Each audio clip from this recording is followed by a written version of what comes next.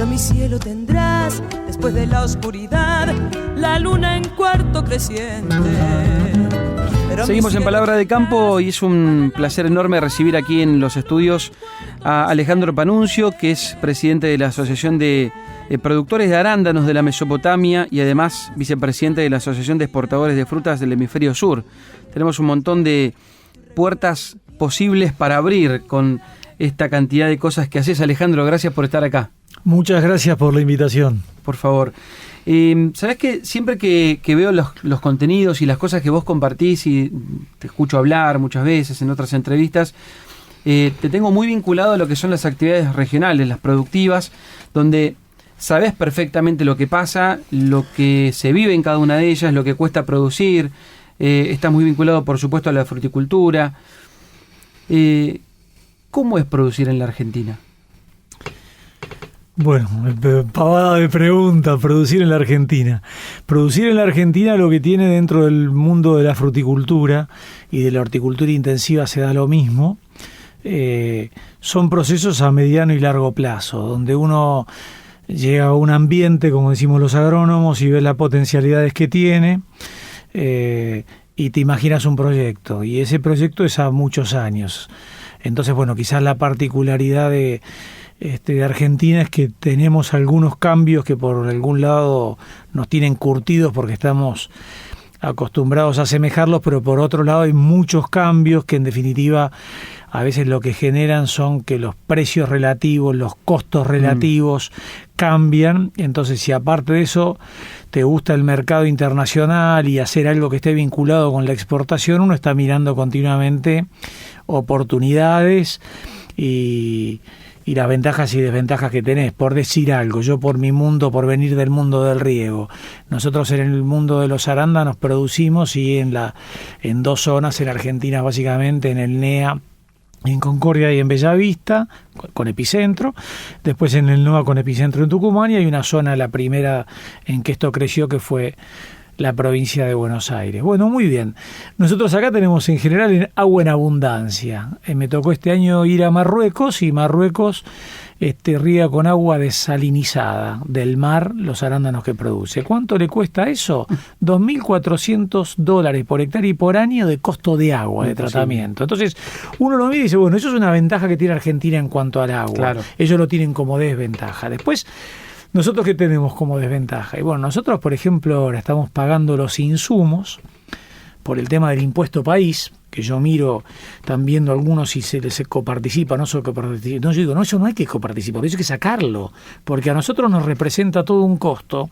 ¿Y qué implicancia tiene el costo? Que perdemos competitividad. Y si perdemos competitividad, perdemos mercados. Y si perdemos mercados, lo que perdemos son puestos de trabajo. Entonces, para los que pensamos que esto se resuelve, lo de este país, los chicos yendo al colegio, los adolescentes yendo al colegio y los adultos trabajando, si nos quedamos sin trabajo generamos un problema en los hogares.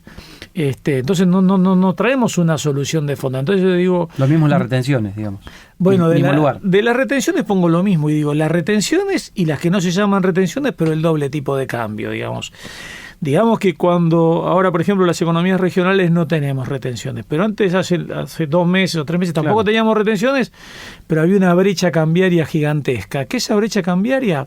Pongámoslo en castellano, eso quiere decir que de la facturación de una empresa un porcentaje importante iba directamente al gobierno. ¿Y a dónde no iba? Y a la empresa para que lo volcaran inversiones. Y uno dice, ¿cómo lo podemos cuantificar esto? Y busquemos datos estadísticos para tener solidez en los datos. Argentina tenía 4.600 hectáreas de arándano hace 10 años. Hoy tiene 2.300. Perú no existía hace 10 años y hoy produce 250 millones de kilos. Entonces uno dice, ¿pero y qué significa? Si bueno, una hectárea de arándano cuando está en cosecha emplea más o menos 10 personas adicionales a lo que es su plantel fijo durante el año de personal cosechando y en empaque. Bueno, 4.500 hectáreas, 45.000 personas. Esas 4.500 deberían haberse convertido en 20.000. Bueno, no, se convirtieron en 2.000. Si alguien me dice, pero no será mucho de 4.500 que había a pensar en 20.000, digo, no, si Perú lo hizo. Si Marruecos lo está haciendo, si México lo hizo, si Sudáfrica lo hizo. O sea, el consumo, por ejemplo, de frutas más después de la pandemia, que todo el mundo empezaron a comer frutas y hortalizas, gente que no le gustaba y dijo, bueno, yo por una cuestión de salud voy a incorporarlo a mi dieta, y después, bueno, descubrió que en realidad era bueno para acompañar con la carne, no nos saque la carne, ¿no?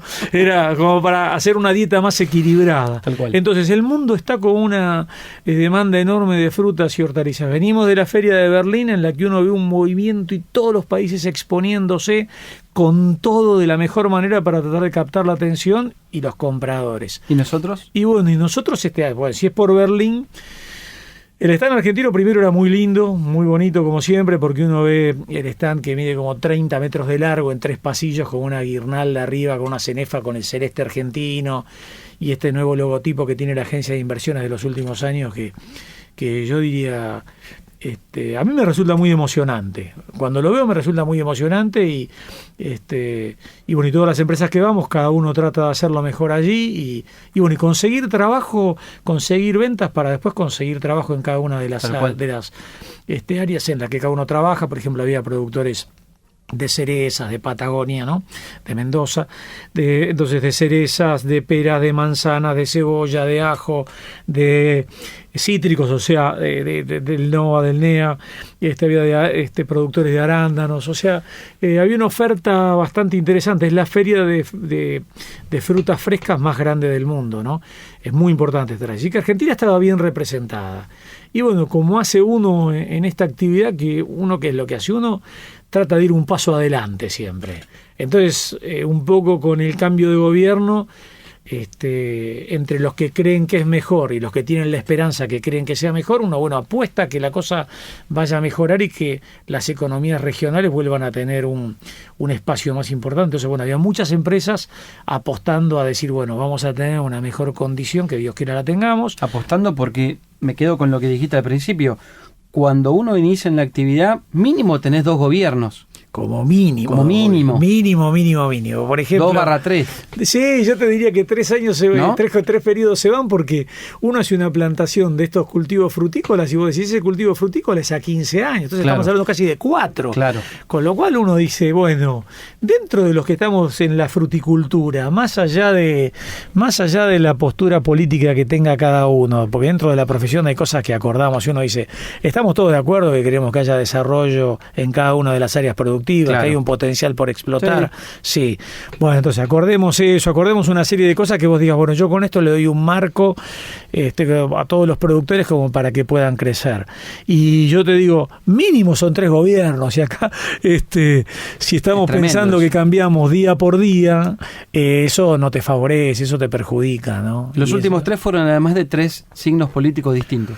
Claro, habiendo sido de 3 signos políticos distintos, yo sigo insistiendo que porque lo veo, qué sé yo, por ejemplo, con mis compañeros de facultad, donde trabajo y estoy en el consejo directivo representando a al claustro de graduados, y bueno, y estamos de todas las orientaciones políticas, desde toda la vida. Obvio. Muchos que ya llevamos como casi 40 años en la facultad, y bueno, pero en definitiva tenemos algunos puntos que son intereses comunes. Entonces hay que hacer más fuertes esos intereses comunes, porque en definitiva esos intereses comunes, cuando uno lo mira, dice, mirá que del otro lado lo que tenemos es un país con más de 50% de pobreza y más de 60% de niños que están en una situación desesperante. Entonces tenemos un compromiso de decir, obligatoriamente tenemos que encontrar puntos en común que se ocupen de ellos, porque los que por ahí, por el motivo que fuere, tuvimos más oportunidades, conjeturamos. Pero acá hay un 60% de niños que están en una situación desesperante. Entonces eso nos tiene que llamar a encontrar algunas soluciones a algunos problemas que nos limitan como para producir y generar. Vuelvo a insistir, trabajo para los adultos y educación para los jóvenes y para los niños. Por supuesto. Ahora que decís esto, mira, me acuerdo, ayer hablábamos con nuestro compañero analista político del programa y pensaba en que tenés personas de la realidad política de la Argentina que le están deseando al gobierno que le vaya mal, por ejemplo. Digo, pensando en esto, ¿no? Que hay chicos que no están comiendo, ni siquiera están mucho menos yendo a la escuela, ni hablar lo que pasa con la pobreza y con la falta de trabajo, etcétera. Y a la vez pienso en que tenemos, además de ese tipo de referentes políticos para algunos sectores, tenemos además un montón de legisladores de distintos lugares de la Argentina que conocen quizá a la perfección esto que vos estás mencionando, pero que a veces les cuesta hasta ver el horizonte. porque te discuten y por ahí te sacaban una ley subiendo retenciones o poniendo más impuestos o lo que fuere. Ahora o antes, digo, para no ponernos en un momento político de la Argentina. Bueno, yo por eso te digo esto de estos puntos comunes que dentro del área, por ejemplo, que estamos hablando ahora de la fruticultura, tiene, yo creo que hay una serie de pilares en los que podríamos acordar y decir, bueno, estos son 4 o 5 pilares que hacen que la fruticultura se pueda desarrollar. Por ejemplo, el tema mano de obra, el tema de contratación de mano de obra perjudica claramente a la gente, y esto no está permitiendo, por esa incerteza laboral que hay, que haya más trabajo. Y claro, porque, por ejemplo, mira, me tocó recibir de manos del presidente Alberto Fernández en Concordia una cosa que pedimos durante años y que él vino a presentarlo a Concordia y me dio el decreto en la mano, la ley, no recuerdo qué era, que establecía esto de la compatibilidad de los planes con trabajar. Sin embargo, después estaba la tarjeta alimentar, que quien trabajaba perdía la tarjeta alimentar. Ahora después salió que si en un grupo familiar uno percibía una determinada prestación, por haber uno en blanco dejaban de cobrar esa prestación.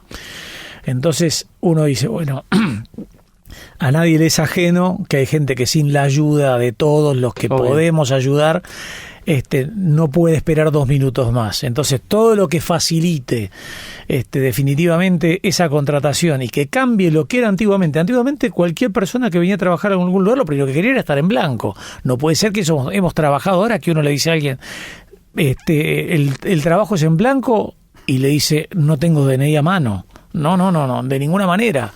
Entonces, eso de alguna manera es una cosa que fue un obstáculo y no se terminó de resolver, y hay que pensar que eso, dada la situación que hay, va a permanecer un tiempo.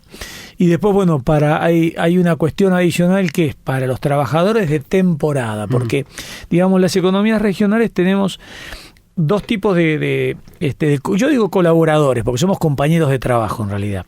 Unos que son permanentes, que somos los que trabajamos todo el año en una empresa productora de frutícola. En la época de cosecha, en la época de zafra, hay un montón de gente de más que se suma. Esa gente trabaja no solamente en un cultivo en un periodo y en otros cultivos en otro periodo, sino que durante el periodo de cultivo, de cosecha de ese cultivo, trabaja en varios campos. Entonces la normativa laboral de ninguna manera cubre los requerimientos de esas personas que vienen a hacer esa tarea. No lo cubre. Es absolutamente inflexible para eso. Entonces, cuando alguien dice, pero que si es inflexible habría que flexibilizarlo, miren, póngale la palabra que quiero y yo no le tengo miedo al diccionario. Eso hay que cambiarlo. No, porque pues si no parece que hay palabras que están prohibidas. Yo digo, ¿prohibidas por quién? ¿Quién es quién para prohibirle al otro utilizar una palabra en el diccionario? Lo concreto es que es una tarea que realiza, por ejemplo, una persona de cosecha en un campo, mañana como no hay cosecha en ese campo, cosecha en otro, y terminado esa cosecha se pasa del arándano a la frutilla, o de la frutilla se pasa a la mandarina, o de la mandarina pasa. Entonces eso hay que contemplarlo. No hay una norma que contenga jurídicamente esa gente como debe contenerla. Estamos conversando con Alejandro Panunzio. Miren, estamos hablando de la actividad laboral y tengo un montón de preguntas que ya me surgen, me las estoy anotando y las vamos a charlar ahora, y me quedan además otros temas. En un ratito vamos a hablar de riego con Alejandro, que también lo mencionó recién casi como al pasar, pero hay muchas cosas interesantes para conversar sobre eso. Es presidente de la Asociación de Productores de Arándanos de la Mesopotamia y además vicepresidente de la Asociación de Exportadores de Fruta del Hemisferio Sur. Tenemos una cantidad enorme de cosas para charlar. ¿Te quedás un minuto más? Un ratito y seguimos charlando. Con todo gusto. Alejandro Panunzio aquí en Palabra de Campo. Hasta las 7. Escuchalo a Daniel Aprile en Radio 10.